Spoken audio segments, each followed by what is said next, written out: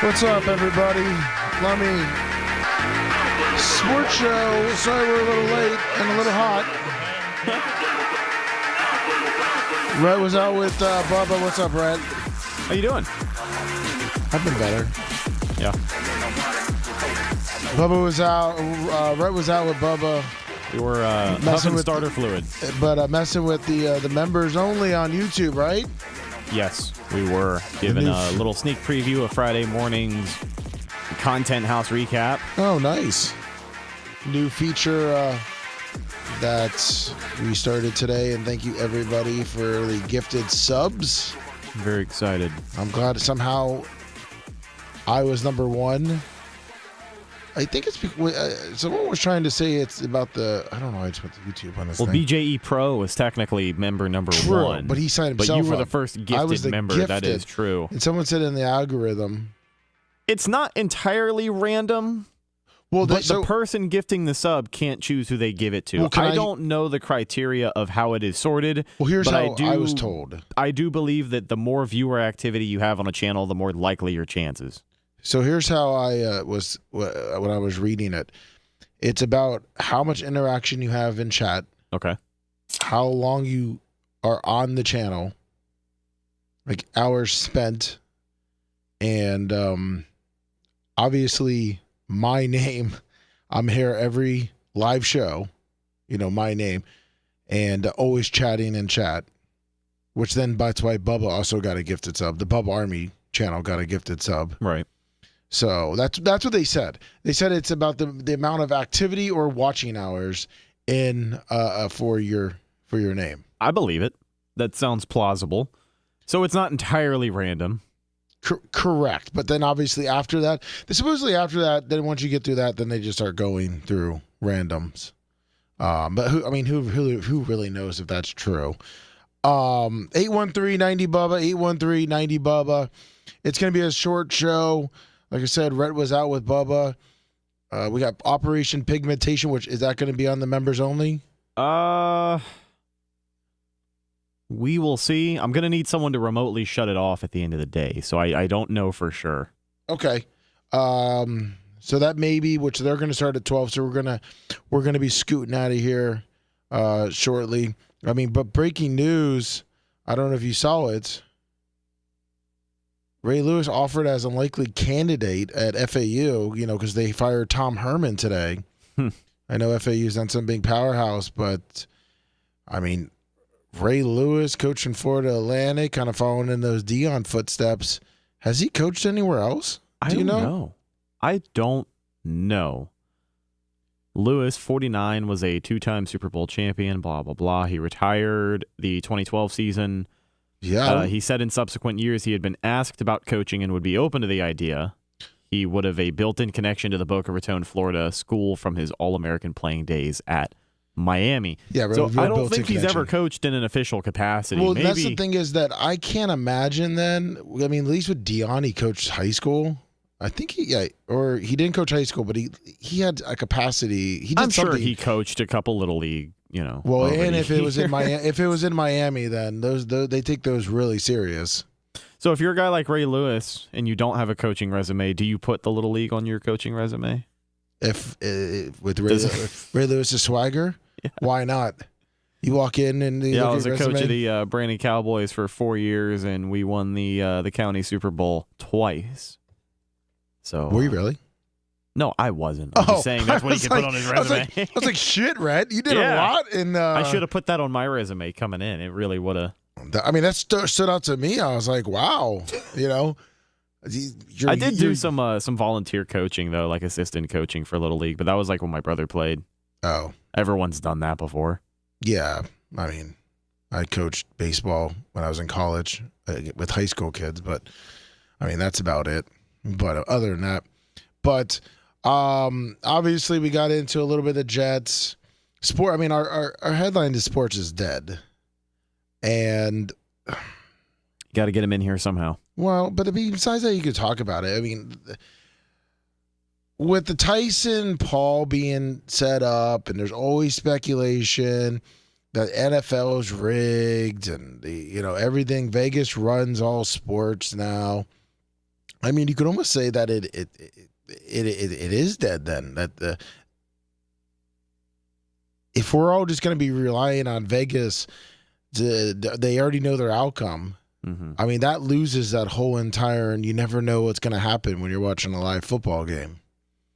If the outcome is already determined, and I'm not trying to get religious, but some people say, well, the outcome's already determined because God, whatever. I'm talking about, for humans. I don't know. I just threw that in there either. I'm losing my mind. But I mean, what's the point then? I mean, that's the whole point of watching it. And I like going to live sporting events, and something that it's obviously local here. That baseball will be dead to me. Baseball 100% will be dead to me if baseball turns their back on the Rays. St. Pete has turned their back. This is something that is a topic that I cannot stand. I have growing up here. Before you dive into it, and maybe you can answer this as part of your rant here, because I know that this means a lot to you, and I know you're about to go on a bit of a tangent here. Is this something that to you did not seem like a long time coming? Because I feel like, Sternberg has been looking for it out any chance he can possibly get. And now, of course, there's no question about, the stadium deal is going to be done because nobody wants to step up and pay for this in a timely manner and all this bullshit. So it inevitably leads to the Rays leaving Tampa.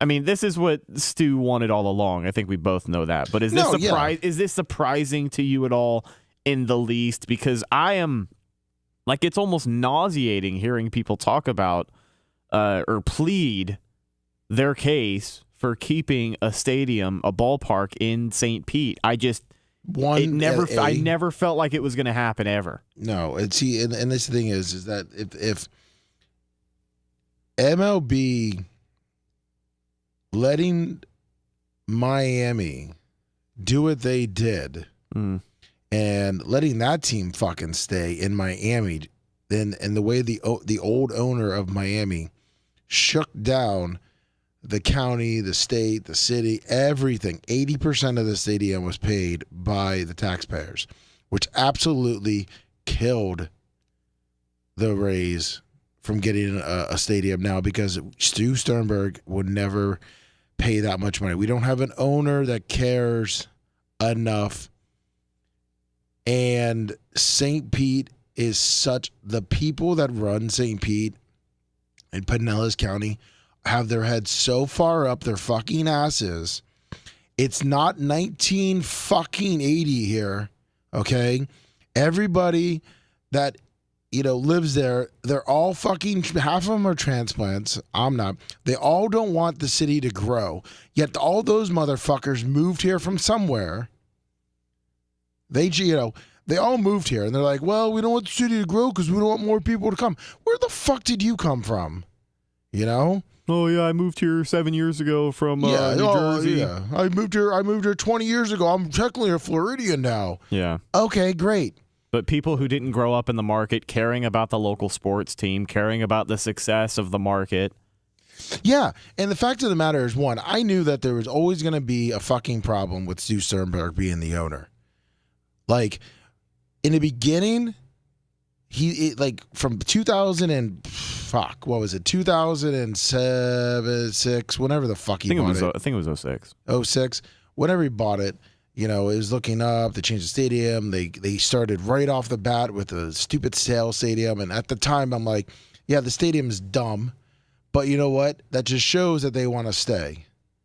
And then everyone St. Pete, you're going to ruin the fucking water, blah, blah, blah. All the old fucks, once again, that all have their condos in the whole downtown. They don't want downtown to get too big. They don't want this and that and this because they want it to still be the little beach town. Little beach state, a little vacation area.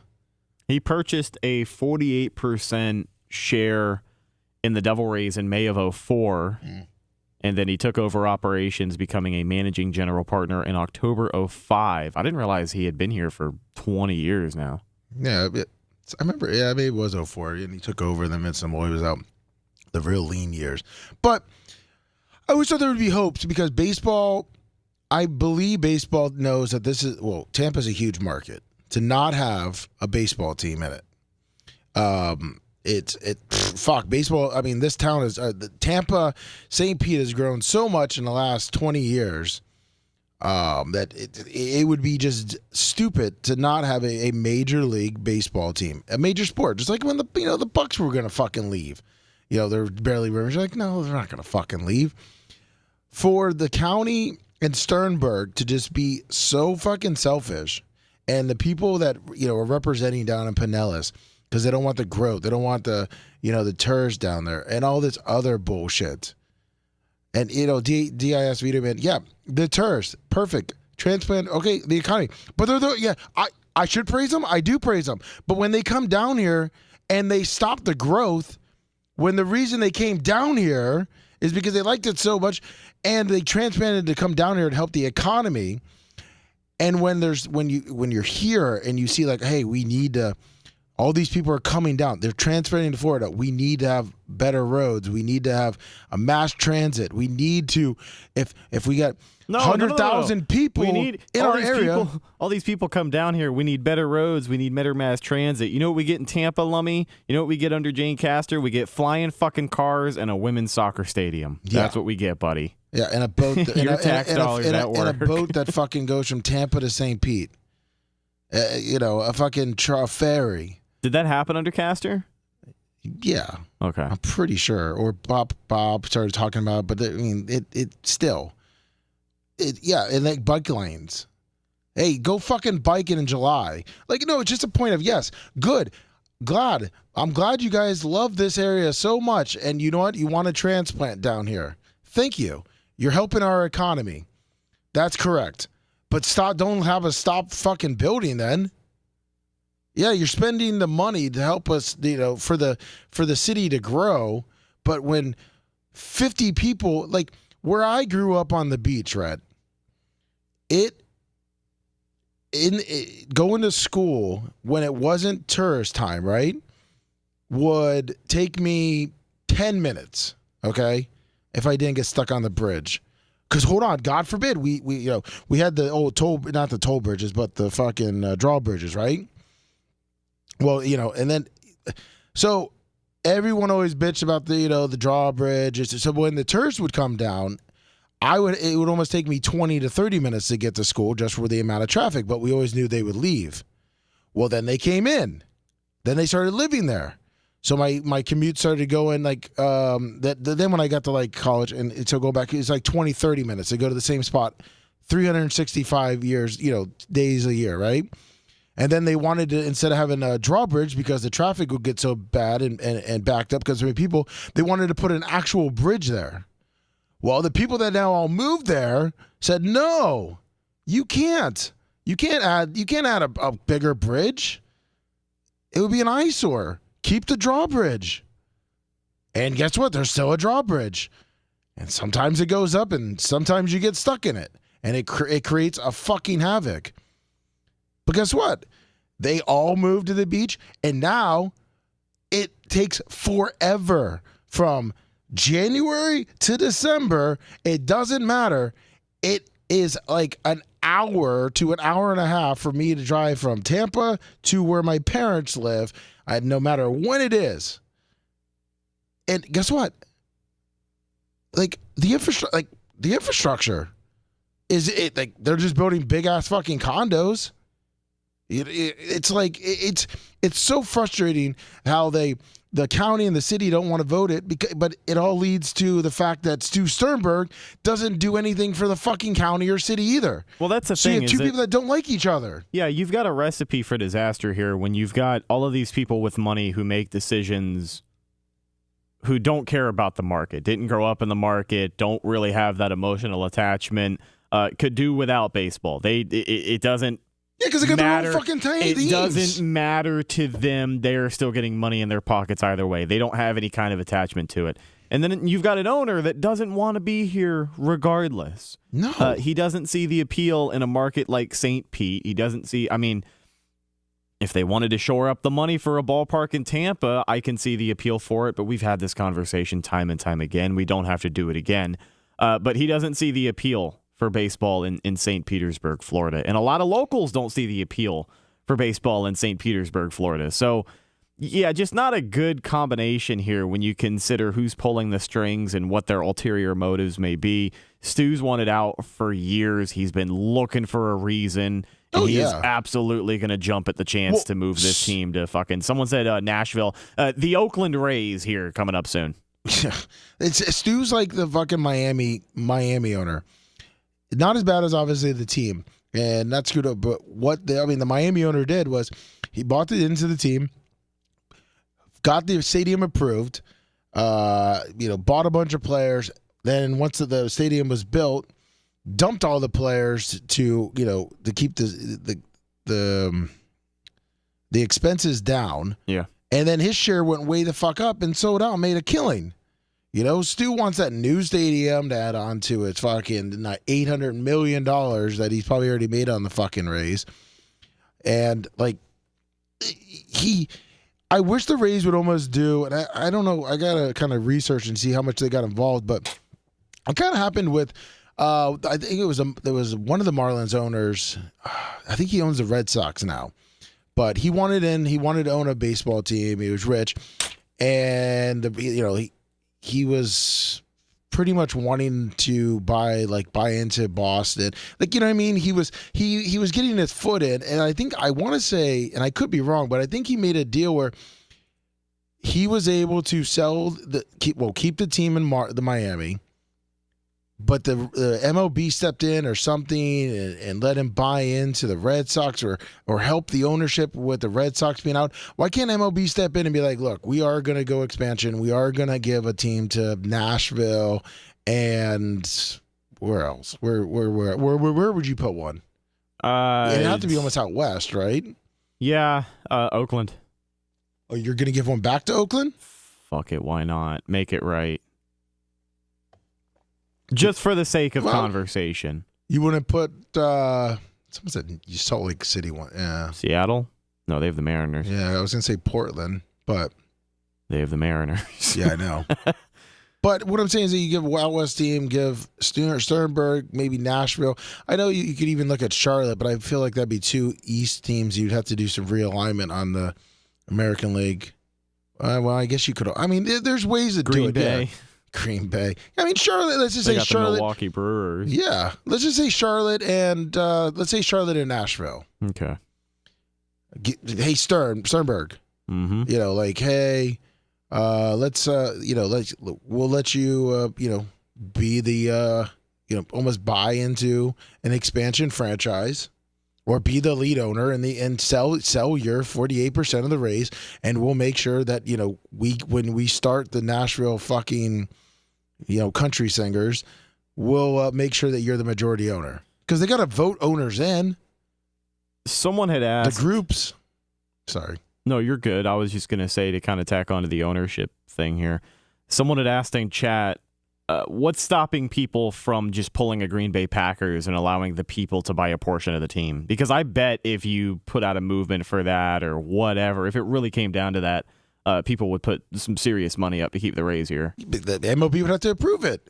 Just like they have to approve who's going to be owning the franchise. So it's going through the submission request and then waiting for that request to get approved, and then obviously getting the funding together and then putting it into action, which is going to take more than the amount of time the Rays have left, I think. Yeah, well, you got to remember like how the Rays were founded and the Marlins. You got Florida, the Miami area was up, and Tampa St. Pete was up, which is why the Rays built the stadium. One trying to bring someone over. Well, and how long are the people going to pay to upkeep? Exactly. Yeah, exactly. I mean, look, they're already bitching about it now. But I mean, and then I remember everyone said that the Rays were going to get it since what was it? Chicago didn't come here, San Fran didn't come here, Seattle didn't come here. And, when they were looking about trying to get new stadiums, and then MLB said, "Yeah, we'll give the Rays one." And the Marlins guy at the time who owned Blockbuster came in, Wayne Huizinga, in '93 or whenever he came in. But he came in, and the owners of MLB and the commissioner, everything voted Wayne Huizinga the next franchise instead of giving it to Tampa. So, like Nashville right now, if they'd said, okay, we're expanding to Nashville and we're waiting for the ownership groups to come and, make a bid, and we got to approve you, which is why Mark Cuban wanted to buy the Cubs and MLB did not want him in there. And, like, why not say, okay, well, Nashville, we're moving, and Stu Sternberg is one. He's going to be the group here, and then have bids on it to where the Rays can be bought, but you got to keep them in the area. It just I wish Sternberg was just better. Have you seen anything with Stu Sternberg like in the community? No, never. Selfish prick. I mean, like, you can say what you want about the Glazers. I think they're cheap pieces of shit, on some things, but at least they like give back into the community. Yeah, you remember the $1 million they donated for the hurricane relief? It says Stu Sternberg donated $1 million too. So okay, never mind. I know, I looked that up. I was ready to really shove that to him this morning, but it says Vinnick gave $2 million. Supposedly he gave $1 million, and what did they say? The Glazers gave $1 million. Yeah, I believe so. So once again, Vinnick. But at least the Glazers live here. I mean, the Glazers, they have... Well, and they like it here. They turned down an offer to sell the team.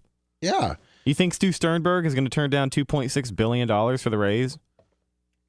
You think so?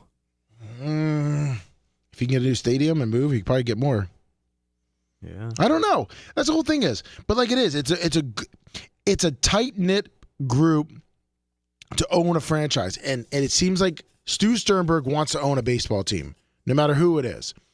So that's why I'm saying I don't think he wants to just sell it for $2.6 billion, because now he's got to get back in, and obviously he's been in, so they may let him in, but he doesn't probably want to leave that little club that he's in, and it's hard to get in there, and it's just so fucking frustrating that.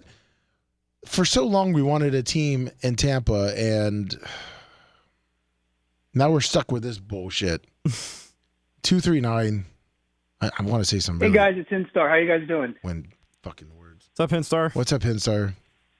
Does this situation kind of remind me is, remember when the Seattle Supersonics moved to Oklahoma City? Yeah. And now NBA is talking about putting a franchise back in Seattle. Of course. Do you think that's kind of a similar situation? Yeah, but it's like Oakland. I mean, how many times did they move out of fucking Oakland? Yeah, within the next 30 years, if they pull Rays baseball out of Tampa, it will be back. Great. So we get a fucking Brand new franchise again, most likely, and be back to 1998. Yeah, the Tampa Squawkers. What I don't understand is, didn't they approve a new stadium for you guys up there? They approved a new stadium. In theory, they did. And I know the. Yeah, they didn't get the fucking bonds together. The city council was saying because of the fucking hurricanes. It was approved on paper. Yeah. But when push came to shove, and especially the recovery effort for the hurricane, and the they Rays found aren't every happy. reason they could to nix it. Yeah, and the Rays aren't happy now with how fucking long it's taking for them to do shit.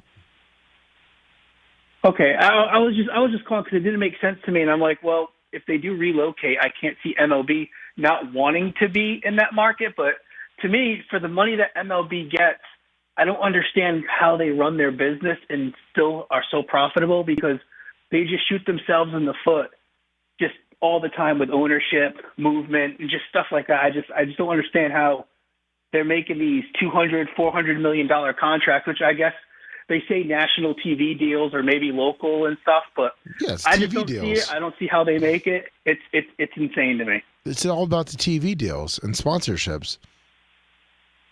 Yeah, TV deals are down. Viewership's down. I just don't get it. I don't see it, and I don't see where all this money comes from. And I try to, and I'm trying to think forward on it. I just don't see it. And international also. International, they're still. They make a good amount of money on TV deals there. And I just went on MLB, and it looks like Rays acquiring Phil Shetton from the Rays, so they got rid. The Rays have already gotten rid of 2, and it looks like what's his name. Siri went to the Mets, so for a reliever. So I don't fucking know, man. Sports is dead. Then you were talking about live sports being dead. I guess that was like to get people to look or to watch. No, I was saying we were saying if people saying that the NFL is rigged, and people are saying that fights are rigged. Well, yeah, that's kind of the main question. Rigged. That's what I was going to lead into after your baseball rant here, was the entertainment aspect of sports really kind of overshadowing the competition aspect in a lot of these different events. But I think, Hinstar, you were about to get into that, right? Yeah, what I was going to say is this is what happens when you invite and you promote betting, but also you have to kind of look at it, and this is what they want. Drama sells. Look at NBA headlines. Look at like the whole Taylor Swift and going to games and stuff like that. And then also, too, you, like I said, you invited betting. And then also ESPN and these other leagues or these other stations, they try to make the news now. They don't try to break the news. And I think when you add all of that together, it's like a cocktail of just all it is now is it feels like it's more entertainment and not really about the competition. Yeah. It's true. It's about the money-making aspect of it. You always come away from an event thinking, man, I wonder how much money so-and-so made from that fight. I wonder how much money Mike Tyson made from this fight. I wonder how much money Jake Paul, that ring girl with the big oiled-up titties, I wonder how much money she made, because that's what's driving a lot of these products right now is the amount of people who are investing in something, whether they're disappointed or not. They are almost investing in it leading up to the event. Like the amount of people that were, we did it, but the amount of people that were milking the Tyson versus Paul content, like it just goes to show that, as you said, drama sells and people are all about it. And they don't report the news anymore because now they're afraid, because they're embedded with these leagues, with these organizations, that reporters don't really, I'm not even getting the journalistic standards, but they don't report anything because they're afraid to. So everything's a puff piece. Everything is, I just think at the end of the day, I think maybe our generation, maybe Rhett, yours is the last one. But after that, really our spirit of competitiveness and watching it and getting together and watching the game is just going to be far different, the experience. I think there's always going to be a place for that. I think there's plenty of even like young athletes, maybe kids in high school who understand sports for what they are and the competition of it, the camaraderie of it. There's always going to be a place for it. It's almost like WWE. Like there's a place for traditional wrestling, but is it on the forefront? Is it what's making the most money right now? And I think time will tell when it comes to all of these big giant leagues and stuff like that. We've already seen the cracks of corruption with NBA refs betting on games and shit. So exactly. I will not be surprised one bit if we come to find out 25 years from now, after Andy Reid is dead and gone, that he had some kind of blood pact with the NFL officiating crew, working this many Sundays, and there's a 30 for 30 on that. That I can't wait for.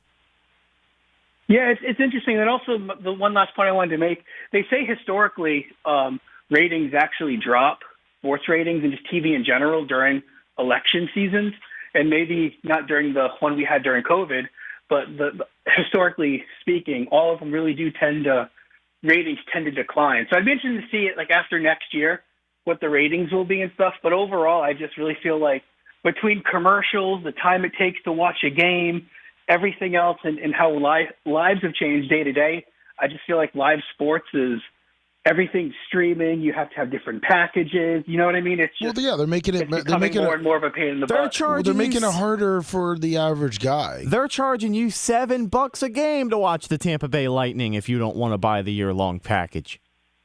$7 a game. I have the NBA pass, and I think it's like $20 a month. And it's the value used to be there, but now you don't even know when the players are going to play. Yeah, it's not for the average guy anymore. You know, going to a game is not. I mean, like people are like, oh yeah, man, the Rays are going to be fucking Steinbrenner. This is before the fucking news about the stadium is like, oh, that's awesome. So we're going to go from